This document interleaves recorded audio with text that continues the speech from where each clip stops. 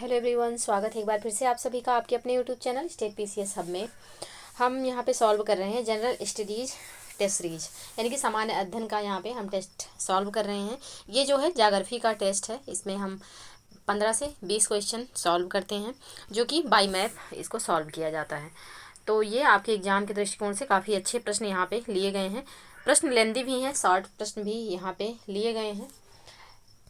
तो आप लोग प्रश्न यहाँ पे सॉल्व किया करिए, क्योंकि अब जो है पेपर का पैटर्न, चाहे वो यूपी पीसीएस प्रीलिम्स हो गया या फिर आरओ का एग्ज़ाम हो गया प्रीलिम्स का, सब में जो है क्वेश्चन काफ़ी लेंदी पूछा जा रहा है। तो इस बेसिस पे आप लोग खुद को तैयार रखिए, ताकि ऐसे प्रश्न अगर पूछे जाएँ तो आप लोग ध्यान रखिए कि प्रश्न गलत ना होने पाए। तो अभी टाइम है और अच्छे से पढ़िए। और साथ ही एक हिदायत है आप लोगों के लिए कि अगर आप किसी कोचिंग संस्थान से नहीं जुड़े हैं तो प्लीज़ किसी कोचिंग संस्थान से ज़रूर जुड़िए, क्योंकि इस समय अभी खबर आ रही है कि शायद एग्ज़ाम दिसंबर में होगा, क्योंकि लोग कह रहे हैं कि शायद आयोग को सेंटर नहीं मिल रहे हैं। इस वजह से एग्ज़ाम को कह रहे हैं कि दिसंबर 2025 दिसंबर में होगा। तो इस वजह से बहुत सारा दिमाग में टेंशन है कि पढ़ाई कैसे करें कैसे ना करें। तो कहीं ना कहीं कुछ ना कुछ आप जुड़ जाइए। बहुत सारा ऐसा नहीं है कि अब कंपटीशन इतना हाई है तो प्राइजेज बहुत कम होती हैं, तो वहाँ पे आप अगर जुड़े रहेंगे ना तो आपकी पढ़ाई होती रहेगी। थोड़ा कंपटीशन आपको लगेगा कि हाँ डेली टेस्ट वगैरह सॉल्व करेंगे तो आपका पढ़ने का मन करेगा। नहीं तो ऐसे इस टाइम पे इतना ख़राब कंडीशन हो गई है कि पढ़ने का बिल्कुल मन नहीं करता। यूपी पीसीएस प्रीलिम्स का रिजल्ट आया, उसमें भी धांधली की बातें आ रही हैं। उसमें जिसका 80-85 है हुआ ही नहीं है, जिसका 75-76 है उसका हो गया है। साथ ही बिहार प्रीलिम्स का रिजल्ट आया, उसमें नॉर्मलाइजेशन की समस्या हो रही है, उसके लिए धरना प्रदर्शन हो रहा है। अब इसमें इतना ख़राब सिचुएशन हो गई है, जिनका हुआ है वो भी कंफ्यूज है, जिनका नहीं हुआ है वो टोटली कंफ्यूज है। किसी को समझ में नहीं आ रहा है कि करें क्या, आगे होने वाला क्या है। तो इसलिए इस पेपर के लिए आप लोग अच्छे से तैयारी करिए, क्योंकि देखिए अगर आपके पास ज़्यादा टाइम मिलता है तो आप मेंस को भी साथ लेकर चलिए, प्रीलिम्स ही नहीं बस मेंस का। बहुत ही जल्द हम अपने चैनल पे भी मेंस का जो पीवाईक्यू है, यानी कि मेंस प्रीवियस ईयर हिंदी का, जैसे हिंदी का आप लोगों को पता ही होगा कि 30 प्रश्न होते हैं, तो इसको यहाँ पे स्टार्ट करेंगे। क्योंकि प्रीलिम्स के साथ साथ मेंस की तैयारी होती रहे, क्योंकि कितने दिन तक बच्चे प्रीलिम्स की तैयारी करेंगे, प्रीलिम्स से पढ़ेंगे मेंस नहीं। तो मेंस के लिए भी आप लोग प्रिपेयर रहिए, निबंध वगैरह अच्छे से लिखना, और साथ ही लेटर हो गया, इन सब चीज़ों का भी। और साथ ही मेंस का आपको सिलेबस ज़रूर पता होना चाहिए। तो मेंस का सिलेबस आप अपने पास रखिए यदि आरओ का एग्ज़ाम देना है तो इस वजह से अच्छे से पढ़ाई करिए। अभी देखिए आयोग के अकॉर्डिंग क्या चीज़ें होती हैं वो तो बाद में पता चलेंगी, लेकिन अभी एक र्यूमर फैल रहा है तो र्यूमर पे ज़्यादा ध्यान मत दीजिए, पढ़ाई करिए अपनी अच्छे से। तो चलिए आगे बढ़ते हैं और स्टार्ट करते हैं अपना ये टेस्ट सीरीज। तो आज ये 5वां टेस्ट सीरीज है, इसके पहले हमने 4 टेस्ट सॉल्व कर लिया है। तो चलिए आगे बढ़ते हैं। और वीडियो यानी कि टेस्ट स्टार्ट करने से पहले आप लोगों से रिक्वेस्ट है कि चैनल पे यदि नए हैं तो चैनल को प्लीज़ सब्सक्राइब कर लीजिए, साथ ही बेल आइकन को प्रेस कर लीजिए, ताकि कोई भी वीडियो चैनल पे अपलोड हो तो सबसे पहले नोटिफिकेशन आपको प्राप्त हो। साथ ही वीडियो को लाइक एवं शेयर करना ना भूलिएगा। तो चलिए आगे बढ़ते हैं। प्रश्न संख्या 1 है, प्रायद्वीपीय पठार के मध्य उच्च भूभाग से संबंधित नीचे दिए गए कथनों पर विचार कीजिए। पहला कथन है, अपने भूगर्भीय इतिहास में यह क्षेत्र कायांतरित प्रक्रियाओं से गुजर चुका है। दूसरा कथन है कि मध्य उच्च भूभाग का पूर्वी विस्तार राजमहल पहाड़ियों तक है। तीसरा कथन है कि पश्चिम में अरावली पर्वत इसकी सीमा बनाता है, जो ब्लाक पर्वत का उत्कृष्ट उदाहरण है। उपयुक्त में से कौन सा कथन सत्य है? तो एक बात तो यहाँ पे कंफर्म हो गया, जो प्रश्न यहाँ पे पूछा गया है इसमें जो तीसरा कथन है ये गलत है, क्योंकि यहाँ पे सत्य कथन पूछा गया है तो तीसरा गलत हो जाएगा। क्यों? क्योंकि पश्चिम में अरावली पर्वत इसकी सीमा बनाता है, जो ब्लाक पर्वत का उत्कृष्ट उदाहरण है। तो अरावली पर्वत जो है यह प्राचीन वलित पर्वत है, ना कि ब्लाक पर्वत। ब्लाक पर्वत नहीं है ये, प्राचीन जो है वलित पर्वत है। कौन सा पर्वत? तो अरावली पर्वत। तो यहाँ पे तीसरा कथन इसका गलत हो जाएगा। यहाँ पे जो कथन सही है, पहला भी यहाँ पे सही है प्रायद्वीपीय पठार के बारे में, और दूसरा कथन भी यहाँ पे सही है, यानी कि अपने भूगर्भीय इतिहास में यह क्षेत्र कायांतरित प्रक्रियाओं से गुजर चुका है, और साथ ही मध्य उच्च भूभाग का पूर्वी विस्तार जो है यह राजमहल पहाड़ियों तक है। तो यहाँ पे ये दोनों कथन बिल्कुल सही है, तीसरा कथन यहाँ पे गलत है। तो इसका जो सही आंसर हो जाएगा यह हो जाएगा ऑप्शन ए। ऑप्शन ए यहाँ पे सही आंसर होगा। नेक्स्ट प्रश्न है, ये रहा मैप, और यहाँ पे किस के बारे में बात हो रही है? तो इस क्षेत्र के बारे में बात हो रहा है।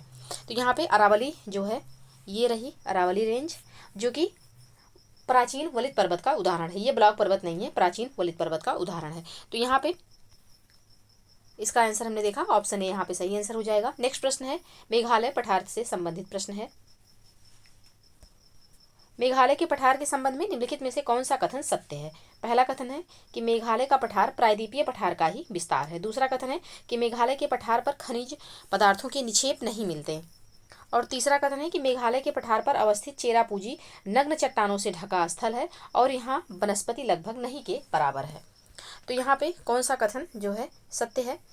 इसके बारे में, किसके बारे में? तो मेघालय पठार के बारे में। तो यहाँ पे पहला कथन जो दिया हुआ है कि मेघालय का पठार प्रायद्वीपीय पठार का ही विस्तार है, ये कथन यहाँ पे बिल्कुल सही है। और साथ ही यहाँ पे जो तीसरा कथन दिया हुआ है कि मेघालय के पठार पर अवस्थित चेरापूंजी नग्न चट्टानों से ढका स्थल है और यहाँ वनस्पति लगभग नहीं के बराबर है, तो ये भी कथन यहाँ पे सही है। तो पहला एवं तीसरा कथन सही हो जाएगा। दूसरा कथन जो यहाँ पे दिया हुआ है कि मेघालय के पठार में खनिज पदार्थों के निक्षेप नहीं मिलते, ये गलत है। पहला एवं तीसरा यहाँ पे सही हो जाएगा और दूसरा यहाँ पे गलत है, तो ऑप्शन सी यहाँ पे सही आंसर हो जाएगा। तो आइए थोड़ा सा मेघालय पठार के बारे में जानते हैं। तो भारत के उत्तर पूर्व का पठार प्रायद्वीपीय पठार का ही एक विस्तारित भाग है। यह माना जाता है कि हिमालय की उत्पत्ति के समय इंडियन प्लेट के उत्तर पूर्व दिशा में खिसकने के कारण राजमहल पहाड़ियों और मेघालय के पठार के बीच भ्रंश घाटी बनने से यह अलग हो गया था। बाद में यह नदियों द्वारा बहाकर लाए गए जलोढ़ निक्षेप द्वारा पाट दिया गया। आज मेघालय और कार्बी एंगलांग पठार इसी कारण से मुख्य प्रायद्वीपीय पठार से अलग थलग हैं, लेकिन ये प्रायद्वीपीय पठार का ही हिस्सा हैं। तो छोटा नागपुर के पठार की तरह मेघालय का पठार भी कोयला, लोहा, सिलिमेनाइट, चूने के पत्थर और यूरेनियम जैसे खनिज पदार्थों से युक्त है। तो जो यहाँ पे दूसरा कथन दिया हुआ है गलत हो जाएगा, क्योंकि जो मेघालय का पठार है विभिन्न खनिज पदार्थों से युक्त है। साथ ही उत्तर पूर्वी पठारी क्षेत्र में अधिकतर वर्षा दक्षिण पश्चिम मानसून से होती है। परिणाम स्वरूप मेघालय का पठार एक अति अपर्दित भूतल है। चेरापूंजी नग्न चट्टानों से ढका स्थल है और यहाँ वनस्पति लगभग नहीं के बराबर है। नौकरेक मेघालय पठार की सर्वोच्च चोटी है। तो यहाँ पे ये भी जानते रहिएगा कि नौकरेक जो है यह मेघालय पठार की सबसे ऊंची चोटी है। और साथ ही यहाँ पे वर्षा अधिक होती है, तो अपर्दन होने के कारण जो चेरापूंजी है, चेरापूंजी के ही आसपास मौसिनराम है जहाँ पे विश्व में सबसे अधिक वर्षा होती है। तो यहाँ पे वर्षा के कारण इतना अपर्दन हो गया है कि चट्टानें एकदम ओपन हो गई हैं, पत्थर पे कहाँ से वनस्पतियाँ उगेंगी। तो यहाँ पे जो है पहला एवं तीसरा कथन सही है, दूसरा यहाँ पे गलत है। तो इसका जो सही आंसर हो जाएगा यह हो जाएगा ऑप्शन सी। अब मैप में देखते हैं कि ये पठार जो है कहाँ पर स्थित है, किस एरिया में है मेघालय का पठार।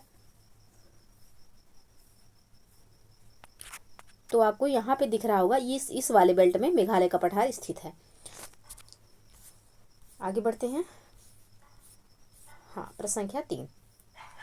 प्रश्न है कि मेघालय के पठार को 3 भागों में बांटा गया, गारो, खासी और जयंतिया पहाड़ियां। इस विभाजन का आधार है वनस्पतियां, वर्षा की मात्रा, स्थाकृत विभिन्नता या फिर जनजातियां।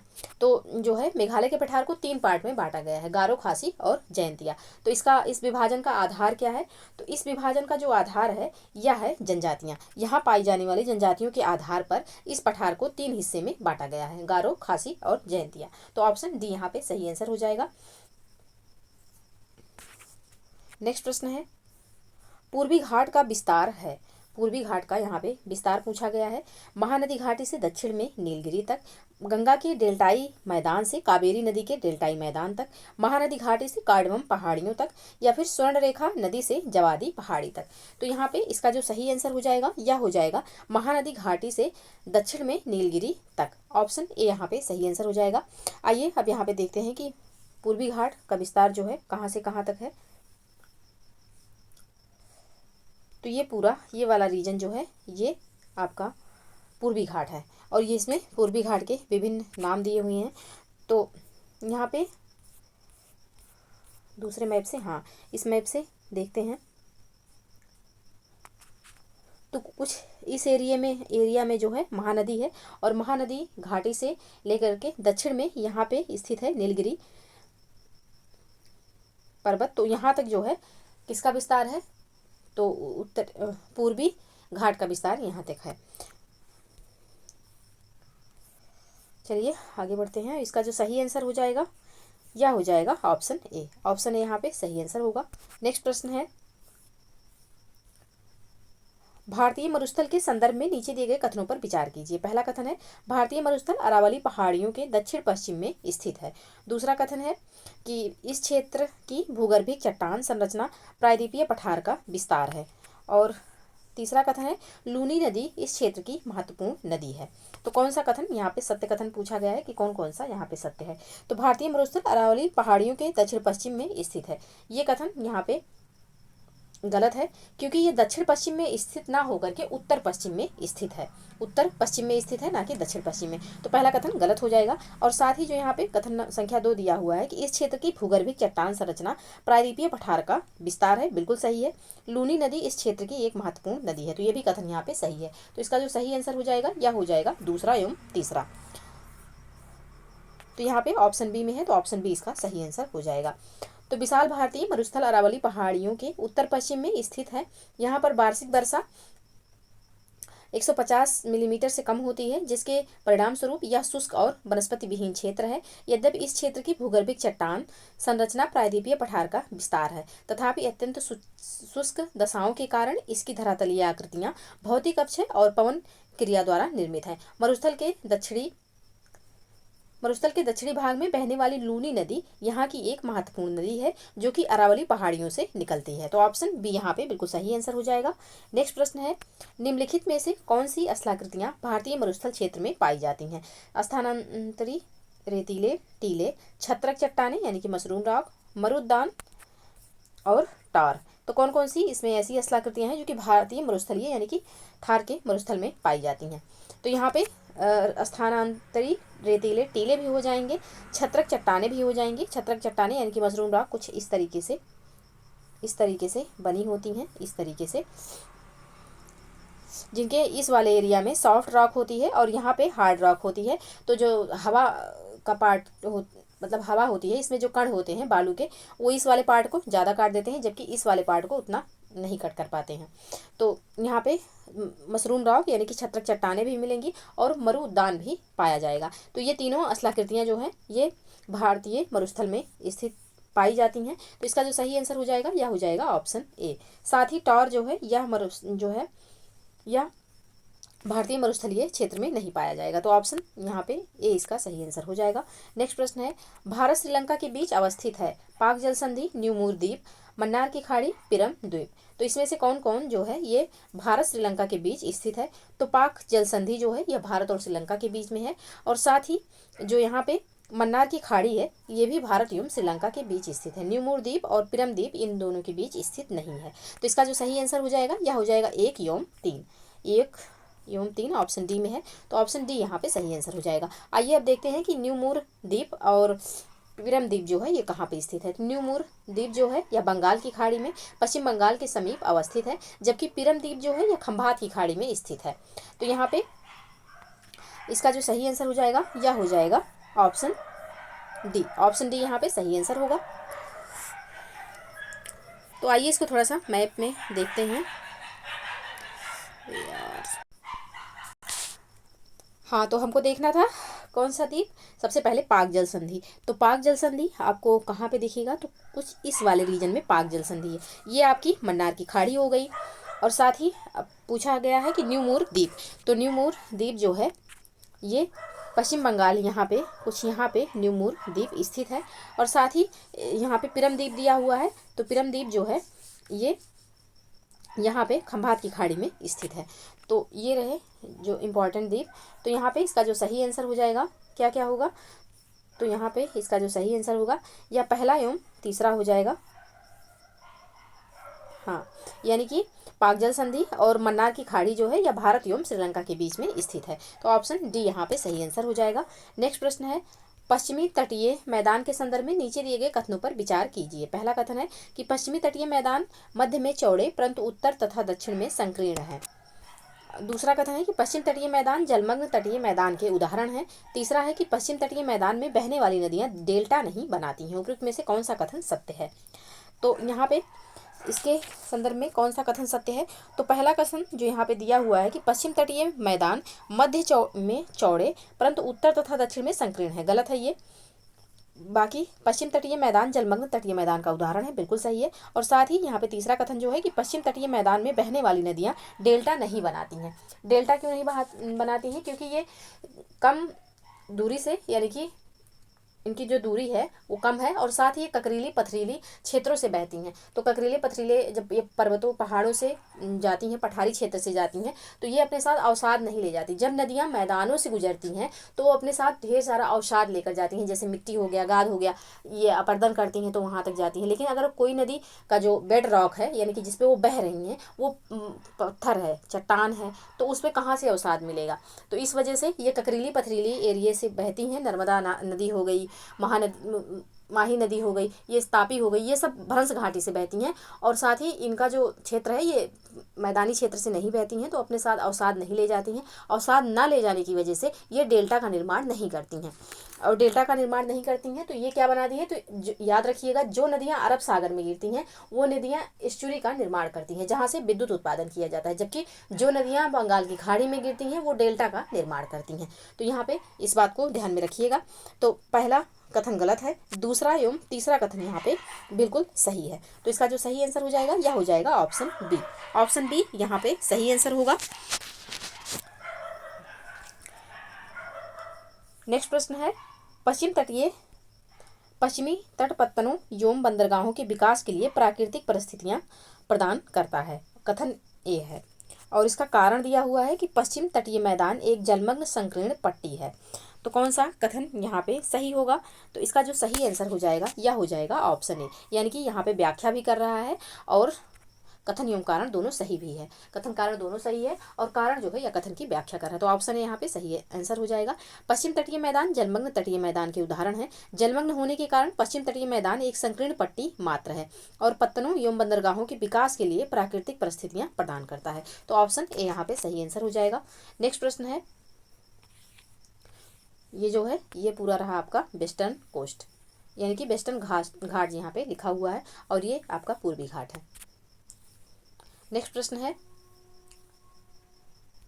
पश्चिम तटीय मैदान के विभाजन के संदर्भ में निम्नलिखित में से कौन सा युग्म सुमेलित नहीं है? गुजरात, काठियावाड़ तट, महाराष्ट्र, कोंकण तट,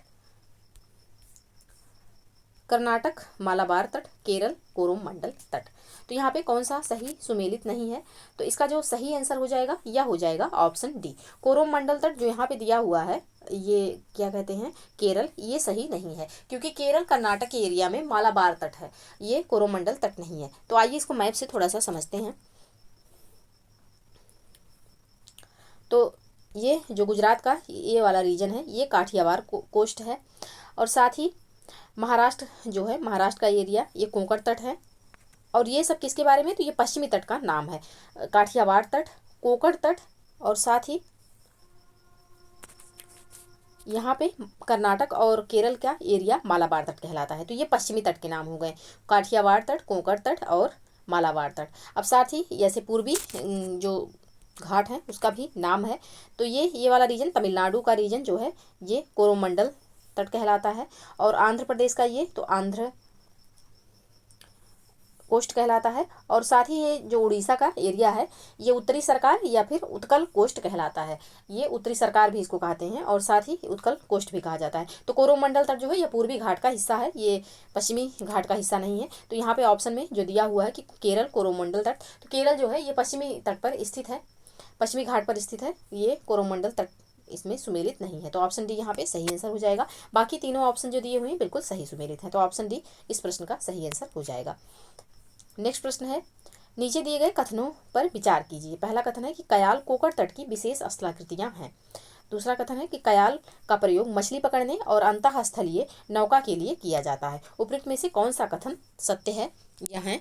तो इसका जो सही आंसर हो जाएगा केवल यहाँ पे दूसरा कथन यहाँ पे सही होगा, पहला कथन सही नहीं है, दूसरा यहाँ पे सही है। पहला कथन क्यों सही नहीं है? तो कयाल जो है यह मालाबार तट की विशेषता है। मालाबार तट पे ये जो है आपको दिखाते हैं, ये रहा मालाबार तट। यहाँ पे जो जैसे यहाँ पे समुद्र है, तो जैसे यहाँ पे कटी फटी थोड़ा अंदर पानी चले, जो समुद्र का पानी है वो अंदर चला जाता है और धीरे धीरे ये एक झील का रूप ले लेता है। तो यहाँ पे ऐसे इन झील जो समुद्र के पानी से इस तरीके से बनी झीलें हैं उनको कयाल कहा जाता है। और ये जो है झीलें मछली पकड़ने के लिए और साथ ही यहाँ पे नौका दौड़ होती है। जैसे जो एक पुन्नमादा कयाल है केरल में ही, वहाँ पे प्रतिवर्ष जो है नेहरू ट्रॉफी बल्लम कल्ली, जिसको मतलब मलयालम भाषा में होगा बल्लम कल्ली, और यहाँ इसको हिंदी में नौका दौड़ कहेंगे, का आयोजन किया जाता है। तो ये याद रखिएगा, ये कयाल जो है ये मालाबार तट की विशेषता है। मालाबार तट की विशेष स्थलाकृतियाँ हैं।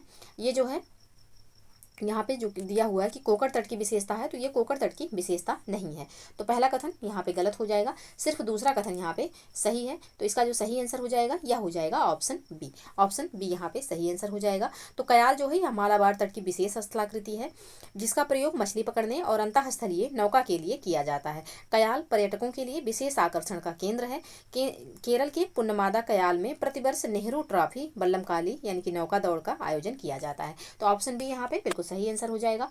नेक्स्ट प्रश्न है, नीचे दिए गए कथनों पर विचार कीजिए। पहला कथन है, पूर्वी तटीय मैदान पश्चिमी तटीय मैदान की तुलना में चौड़े और उभरे हुए हैं। दूसरा है कि पूर्वी तटीय मैदान पर बहने वाली नदियां यहाँ पर लंबे चौड़े डेल्टा बनाती हैं। तीसरा कथन है कि पूर्वी तटीय मैदान पर पत्तनों एवं पोताश्रयों का विकास मुश्किल होता है। तो यहाँ पे कौन सा कथन इसके बारे में सही है? तो यहाँ पे इसका जो सही आंसर हो जाएगा, यहाँ पे तीनों कथन जो दिए हुए हैं, यानी कि पूर्वी तटीय मैदान पश्चिमी तटीय मैदान की तुलना में चौड़े और उभरे हुए हैं, बिल्कुल सही है। पूर्वी तटीय मैदान पर बहने वाली नदियाँ यहाँ पर चौड़े और लंबे चौड़े डेल्टा का निर्माण करती हैं, यानी कि डेल्टा बनाती हैं। अभी हमने पढ़ा कि क्यों डेल्टा का निर्माण करती हैं, तो दूसरा भी यहाँ पे सही है। साथ ही पूर्वी तटीय मैदान पर पत्तनों एवं पोताश्रयों का विकास करना मुश्किल होता है, ये भी यहाँ पे सही है। तो इसका जो सही आंसर हो जाएगा, कौन से कथन सत्य हैं? तो सभी कथन यहाँ पे सत्य हैं, ऑप्शन डी इसका सही आंसर हो जाएगा। नेक्स्ट प्रश्न है, नीचे कुछ पर्वत चोटियों पर विचार कीजिए। नीचे दिए गए कुछ पर्वत चोटियों पर यहाँ पे विचार करना है। दिया हुआ है Saddle Peak, Mount Diavolo, Mount Koyob, Mount Thuillier. तो ये जो चोटियाँ हैं ये कहाँ की हैं? तो ये अंडमान निकोबार द्वीप समूह की हैं, जो कि हमारा एक केंद्र शासित प्रदेश है, उसकी ये चोटियाँ हैं। तो ये दिया हुआ है कि उपयुक्त पर्वत चोटियाँ अवस्थित हैं।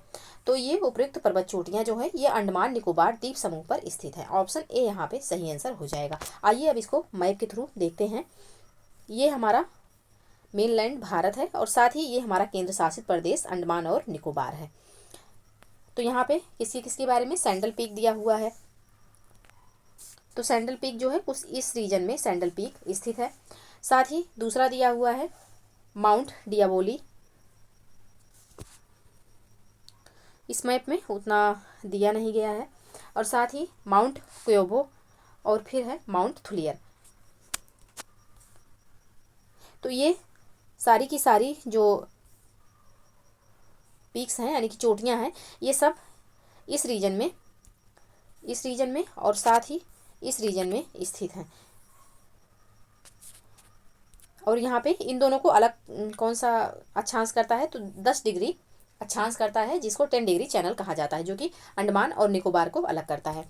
तो यहाँ पे ये सारी चोटियाँ जो है, जो सैंडल पीक हो गया, माउंट डियोबोली हो गया, माउंट केबो हो गया और माउंट थुलियर, ये सब इन्हीं द्वीपों पर स्थित हैं, यानी कि अंडमान और निकोबार में स्थित हैं।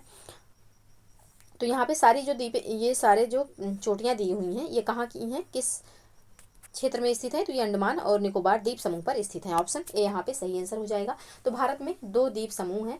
पहला जो है बंगाल की खाड़ी में स्थित है, जिसका नाम है अंडमान और निकोबार द्वीप समूह, और दूसरा जो है तो यह अरब सागर में स्थित है, जिसको लक्षद्वीप कहा जाता है।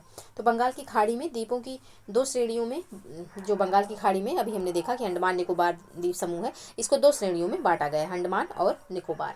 तो उत्तरी अंडमान में अवस्थित सैंडल पीक इस द्वीप समूह की सबसे ऊंची चोटी है, यानी कि सैंडल पीक जो है उत्तरी अंडमान में कुछ इस एरिया में यहाँ पे स्थित है, और इस जो है द्वीप की सबसे ऊंची चोटी है। माउंट डियाबोली जो है या मध्य अंडमान में, यानी कि कुछ इस वाले रीजन में स्थित है। माउंट कोयोबो जो है या दक्षिणी अंडमान, यानी कि साउथ अंडमान, इधर स्थित है माउंट डियाबोली, और साथ ही फिर उसके बाद है माउंट थुलियर, जो कि ग्रेट निकोबार में स्थित है। तो माउंट थुलियर जो है या कुछ इस रीजन में, ग्रेट निकोबार वाले रीजन में स्थित है। इस वाले रीजन में माउंट डियाबोली स्थित है। तो यहाँ पे इनको याद रखिएगा, ये जो चोटियाँ हैं ये अंडमान निकोबार द्वीप समूह की हैं। नेक्स्ट प्रश्न है, निम्नलिखित कथनों पर विचार कीजिए। पहला कथन है, जब नदी उच्च स्थलों से बहती हुई मंद ढाल के मैदान में प्रवेश करती है तो जलोढ़ पंख निर्माण होता है। दूसरा कथन है, निम्नवर्ती क्षेत्रों में जहाँ नदियाँ अपना मुहाना बनाती हैं वहाँ इनका वेग अत्यधिक कम रहता है। यहाँ पर नदियों द्वारा अवसादों का निक्षेपण अत्यधिक होता है, जिससे निर्मित संरचना को डेल्टा कहते हैं। तीसरा है कि जैसे जैसे डेल्टा का आकार बढ़ता है नदी वितरिकाओं की लंबाई बढ़ती जाती है और डेल्टा सागर के अंदर तक बढ़ता रहता है। उपरोक्त में से कौन सा कथन सत्य है या है? तो यहाँ पे इसका जो सही आंसर हो जाएगा यह हो जाएगा उपयुक्त सभी, यानी कि ये जो सारी विशेषताएं दी गई हैं किसी डेल्टा के बारे में वो सारी विशेषताएं यहाँ पे सही हैं। तो ऑप्शन डी इसका सही आंसर हो जाएगा। नेक्स्ट प्रश्न है, और डेल्टा मैक्सिमम किस एरिया में? तो आपको बे ऑफ बंगाल में। इधर जितनी भी नदियाँ आती हैं, महानदी, गोदावरी, कावेरी और गंगा, ये सारी नदियाँ यहाँ पे डेल्टा का निर्माण करती हैं। और इस वाले क्षेत्र में जैसे आपकी नर्मदा हो गई, तापी हो गई, माही नदी हो गई, साथ ही ये दक्षिण भारत की कुछ छोटी छोटी नदियाँ हो गई, तो ये जो है पर्वतीय पठारी क्षेत्र से बहती हैं, तो ये एस्चुरी का निर्माण करती हैं। इसको हमेशा याद रखिएगा। जैसे आप अगर स्टेट लेवल का या फिर आप वनडे का एग्जाम दे रहे हैं तो ये प्रश्न पूछा जाता है कि कौन सी नदियाँ जो है अरब सागर में गिरती हैं, कौन सी नदियाँ बंगाल की खाड़ी में गिरती हैं, कौन सी नदियाँ एस्चुरी बनाती हैं और कौन सी नदियाँ डेल्टा बनाती हैं। तो यहाँ पे इसको याद रखिएगा। नेक्स्ट प्रश्न है, निम्नलिखित में से कौन सा कथन सही नहीं है? पहला है कि शिवालिक हिमालय की सबसे आंतरिक श्रृंखला है। दूसरा है कि अरब सागर के तटीय मैदानों का उत्तरी भाग उत्तरी सरकार है। तीसरा है कि भारत के उत्तरी मैदानों में बाढ़ के मैदान के ऊपर विस्तारित पुरानी जलोढ़ मृदा वाले क्षेत्र को बांगर कहा जाता है, जबकि नई जलोढ़ मृदा वाले बाढ़ के मैदानी क्षेत्र को खादर कहा जाता है। चौथा कथन है कि भारत के पश्चिमी और उत्तर पश्चिमी किनारे पर अपर्दित तथा विच्छेदित पहाड़ियां अरावली हैं। तो यहाँ पे कौन सा कथन सही नहीं है ये पूछा गया है। तो यहाँ पे जो कथन सही नहीं है वह है, यहाँ पे पहला कथन जो दिया हुआ है इसको देखते हैं कि शिवालिक हिमालय की सबसे आंतरिक श्रृंखला है। तो शिवालिक हिमालय की सबसे बाह्यतम श्रेणी है, आंतरिक श्रृंखला नहीं है, बाह्यतम है। अब यहाँ पे देखते हैं तो ये हो जाएगा ट्रांस हिमालय, और साथ ही ये आपका ग्रेट हिमालय है। ये आपका यहाँ पे लेसर हिमालय यानी कि लघु हिमालय है। लघु हिमालय में धौलाधर और पीर पंजाल दो चोटियाँ हैं मेन, और साथ ही ये लास्ट वाला शिवालिक है। तो शिवालिक जो है सबसे बाहरी क्रम है। अब शिवालिक के बाद यहाँ पे क्या आ जाएगा? तो उत्तर भारत का मैदान आ जाएगा। तो यहाँ पे जो दिया हुआ है कि सबसे आंतरिक, तो सबसे आंतरिक ना होकर के सबसे बाह्य है। तो पहला कथन यहाँ पे गलत हो जाएगा। जो यहाँ पे पहला कथन दिया हुआ है कि शिवालिक हिमालय की सबसे आंतरिक श्रृंखला है, तो ये गलत हो जाएगा। अरब सागर के तटीय मैदानों का उत्तरी भाग उत्तरी सरकार है। यहाँ पे दिया हुआ है अरब सागर के तटीय मैदानों का उत्तरी भाग उत्तरी सरकार है, जो कि यहाँ पे सही नहीं है, क्योंकि बंगाल की खाड़ी के समीप पूर्वी तटीय मैदान का उत्तरी भाग जो है यह उत्तरी सरकार कहलाता है। अभी हमने आपको जो तट बता रहे थे उसमें बताया कि ये वाला जो रीजन है ये उत्तरी सरकार कहलाता है। मतलब पूर्वी घाट का ये वाला रीजन जो है ये थोड़ा बहुत आंध्र प्रदेश और साथ ही उड़ीसा का जितना पार्ट है ये सब मिला के उत्तरी सरकार कहलाता है। तो ये बंगाल की खाड़ी में स्थित है। अरब सागर में कहाँ स्थित है? तो यहाँ पे ये वाला रीजन जो है ये उत्तरी सरकार कहलाता है। तो ये पूर्वी घाट का है, ना कि पश्चिमी घाट का। और ये पूर्वी घाट किससे? तो बंगाल की खाड़ी से लगा हुआ है। तो यहाँ पे दूसरा कथन भी गलत हो जाएगा। साथ ही यहाँ पे तीसरा कथन दिया हुआ है कि भारत के उत्तरी मैदान में बाढ़ के मैदान के ऊपर विस्तारित पुरानी जलोढ़ मृदा वाले क्षेत्र को बांगर कहा जाता है, जबकि नई जलोढ़ मृदा वाले बाढ़ के मैदानी क्षेत्र को खादर कहा जाता है। अब जैसे एक नदी है जो कि ऐसे प्रवाहित हो रही है, बह रही है, ये पश्चिम से पूरब की ओर नदी बह रही है। अब ये वाला रीजन रहेगा नदी का जो ये वाला रीजन रहेगा, इसमें नदी अगर हर साल बाढ़ आ रहा है तो यहाँ जो मृदा पाई जाएगी इस वाले रीजन में बहुत ज़्यादा उपजाऊ रहेगी। तो उस मृदा को क्या कहेंगे? खादर कहेंगे। साथ ही जैसे जब कभी कभार होता है कि बहुत बृहद क्षेत्र पे बाढ़ आ जाता है, तो ये वाला रीजन जो ये वाला रीजन है ये वाला रीजन भी बाढ़ से ग्रसित हो जाता है। अब बाढ़ से ग्रसित होने की वजह से तो यहाँ पे कभी 10 साल 15 साल पे पानी पूरी तरीके से पहुँचता है।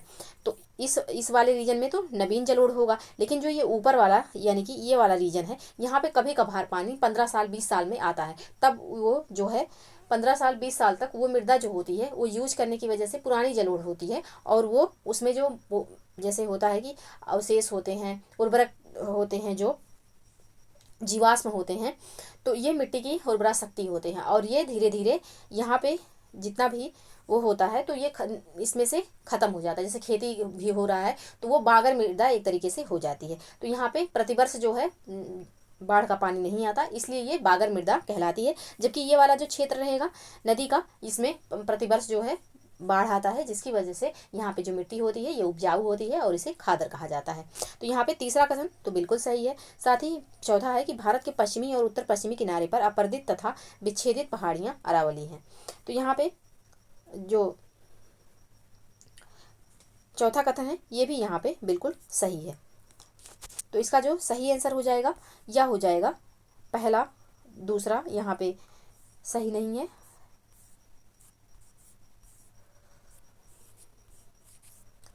पहला एवं दूसरा यहाँ पे सही नहीं है, जबकि तीसरा कथन और चौथा कथन यहाँ पे सही है। तो यहाँ पे पूछा गया कि कौन सा सही नहीं है, तो पहला एवं दूसरा इसका सही आंसर हो जाएगा, जो कि ऑप्शन में नहीं है। यहाँ पे पांचवा कथन दिया हुआ है तो ऑप्शन ए इसका सही आंसर होगा, क्योंकि पांचवा कथन क्वेश्चन में है नहीं और यहाँ पे पांचवा भी दिया हुआ है। तो पांचवा के स्थान पर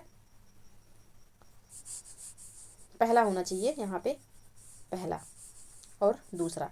तो यहाँ पे इसका जो सही आंसर हो जाएगा, ये इतना जानते रहिएगा, ये ऑप्शन का उतना बड़ा इशू नहीं है। पहला कथन यहाँ पे गलत है, दूसरा भी गलत है, तीसरा एवं चौथा कथन बिल्कुल सही है। तो तीसरा एवं चौथा सही है, पहला एवं दूसरा गलत है। पूछा गया है कौन सा सही नहीं है, तो इसका जो सही आंसर हो जाएगा या हो जाएगा ऑप्शन ए, यानी कि पहला एवं दूसरा। ऑप्शन ए यहाँ पे सही आंसर होगा। तो ये रहे 15 प्रश्न, हमने इसको सॉल्व किया। आई होप कि आप लोगों को वीडियो पसंद आए। वीडियो पसंद आए तो लाइक एवं शेयर जरूर कर दीजिएगा। चैनल पे यदि नए हैं तो चैनल को प्लीज़ सब्सक्राइब कर लीजिए। और ये जो वीडियो है ये बीपीएससी मेंस में यदि आपने ज्योग्राफी रखा है अपना सब्जेक्ट, ऑप्शनल सब्जेक्ट, तो आपके लिए बेहद फायदेमंद है। तो चलिए आज के लिए बस इतना ही, मिलते हैं नेक्स्ट वीडियो में। तब तक के लिए आप लोग पढ़ते रहिए, स्वस्थ रहिए। जय हिंद, जय भारत।